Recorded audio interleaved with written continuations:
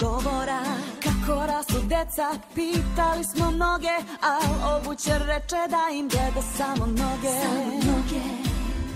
Jedna baba kaže da je ova radnja nužna, priđeš baby, kažeš pu pu pu, ala si ružna.